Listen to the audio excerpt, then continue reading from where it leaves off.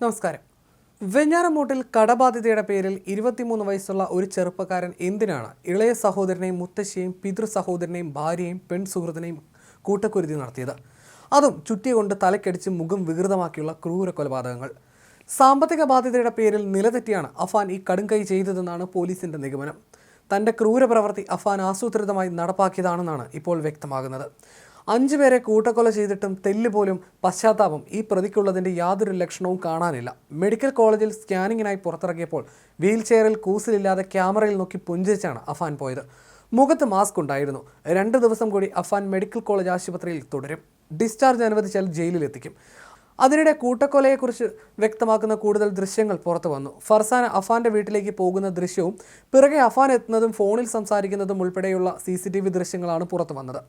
അഫാന്റെ ചോദ്യവും ഫർസാനയുടെ മറുപടിയും ദൃശ്യങ്ങളിൽ വ്യക്തമാണ്. എവിടെയാണ് നിൽക്കുന്നതെന്ന് അഫാൻ ചോദിക്കുന്നതും ഫർസാനയുടെ മറുപടിയും കേൾക്കാം. വൈകിട്ട് 3:42 പെൺസുഹൃത്തിനെ അഫാൻ കൂട്ടിക്കൊണ്ടുവരുന്നത്. അതേസമയം കേസിൽ പ്രതി അഫാന്റെ അറസ്റ്റ് രേഖപ്പെടുത്തി. പിതൃമാതാവ് സൽമ ബീവിയെ കൊലപ്പെടുത്തിയ കേസിലാണ് അറസ്റ്റ്. പാങ്ങോട് പോലീസ് മെഡിക്കൽ കോളേജിൽ എത്തിയാണ് അറസ്റ്റ് രേഖപ്പെടുത്തിയത്.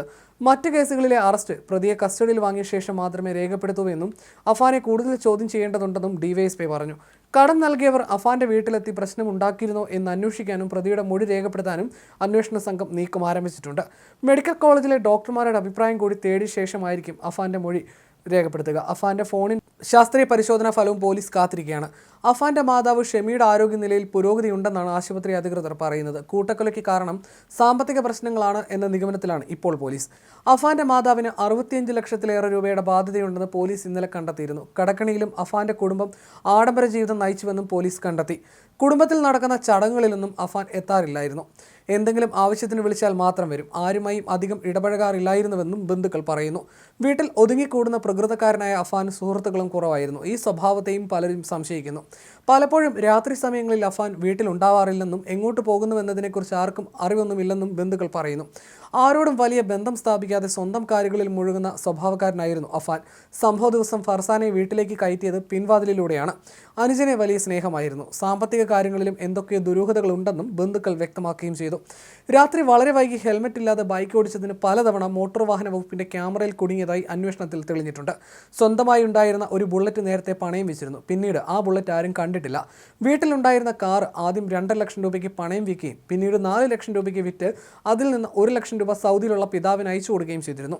8 വർഷം മുൻപ് 1 ലക്ഷത്തിലേറെ വില വരുന്ന ഫോൺ വാങ്ങി നൽകാത്തതിനാൽ അഫാൻ വീട്ടിൽ പ്രശ്നമുണ്ടാക്കിയിരുന്നുവെന്നും ബന്ധുക്കൾ പറയുന്നു.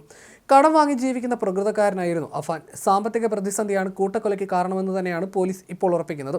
ആർഭാടത്തിനായും ആഡംബരത്തിനായും നടത്തിയ ക്രയവിക്രയങ്ങളാണ് ഇതിനെല്ലാം കാരണമെന്നും കരുതുന്നു. ഉമ്മയെ ആക്രമിച്ചതിൽ നിന്നാണ് കൊലപാതക പരമ്പരയുടെ തുടക്കം.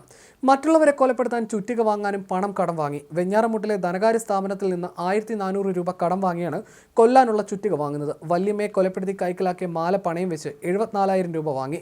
അതിൽ നിന്ന് 40,000 രൂപ കടം വാങ്ങിയ 4 പേർക്ക് തിരികെ കൊടുത്തു. ഈ കൊടും ക്രൂരതയ്ക്കിടയിലുള്ള അഫാന്റെ പെരുമാറ്റം അതിവിചിത്രമാണ്.